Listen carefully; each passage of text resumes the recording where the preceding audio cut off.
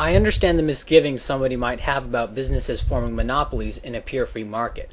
I had the same misgivings, and some may even remember back when I was debating Austro-Libertarian how I claimed that the state was necessary to break monopolies. But then I chose to listen honestly to the anti-statists, and the result was my views on the matter changed rather precipitously. First, let's look at the mythical creature, the free market monopoly.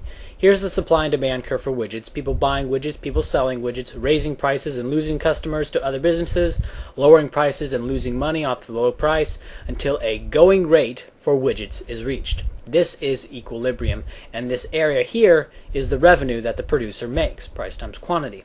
Now let's take a look at the monopoly. Well, with a monopoly you can throw away the supply curve and just have a demand curve because the monopolist can charge whatever he wants. As the price of widgets goes up, less people are willing to buy widgets, but as the price of widgets goes down, more people are willing to buy widgets. If there is competition, a company cannot raise the price of their widgets without losing a lot of customers to their competitors. But if there is no competition, the monopoly can set the price to wherever he wants. However, the customer can still choose to not buy widgets at all. As the monopolist raises prices, some customers will choose to not buy widgets at all, and so quantity of widgets demanded gets smaller. So the monopolist still loses customers when he raises prices, but he doesn't lose nearly as many as if he had competition. Thus, the monopolist will set the price to roughly where profit is maximized, which is roughly where revenue is maximized. This is the monopoly rate. If the monopolist raises the price of widgets above the monopoly rate, then the monopolist actually loses more money from lost customers than he gains from higher prices. This is why a free market monopoly, even if they did exist, wouldn't be the end of the world, and why one should be skeptical about the state expanding its powers to protect you from the monopoly. Now, how does this monopoly come about? Well, typically it's not a monopoly but a cartel, or a bunch of companies working in unison to raise prices to the monopoly rate. It functions like a monopoly, but it's actually just a bunch of companies. So how do these cartels come about? Well, the state. Companies lobby the state to raise barriers to entry, making it more difficult for competition to form. For a more detailed version of this, watch my video Monopoly if you care.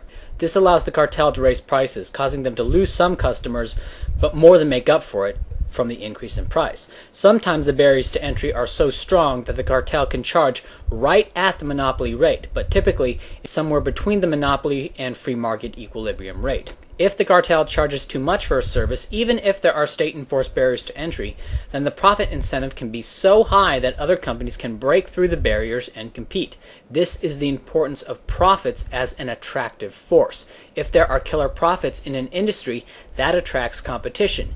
And if the profits are high enough, then the attractive forces of the profit motive may break through the state barriers to entry. The coercive monopoly is a bit different. In a simple monopoly or simple cartel, the customer can choose to not buy widgets. But in a coercive monopoly, not only is the monopolist the sole producer of widgets, but forces everyone to pay for it. For a coercive monopoly, there is still a supply curve. As the monopolist charges more for the product, the monopolist will want to produce more and force the involuntary customer, or more commonly called the taxpayer, to pay for it. This red line here is how much the coercive monopolist is extorting.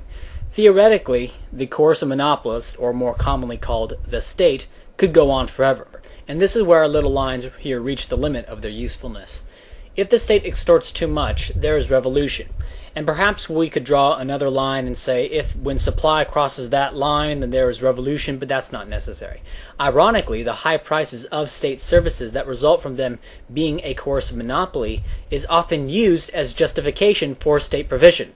Look at how expensive these things are. Poor people could never afford that. Now, why can a state extort this much? Ideology. And the stronger the ideology of the state, the more the state can extort.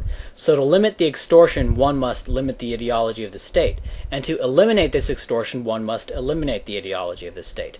If the legitimacy of the state is supreme and unquestioned, then the result will be extortion in all sectors of the economy until materially no further extortion is possible. This is the point of total extortion, or the total state.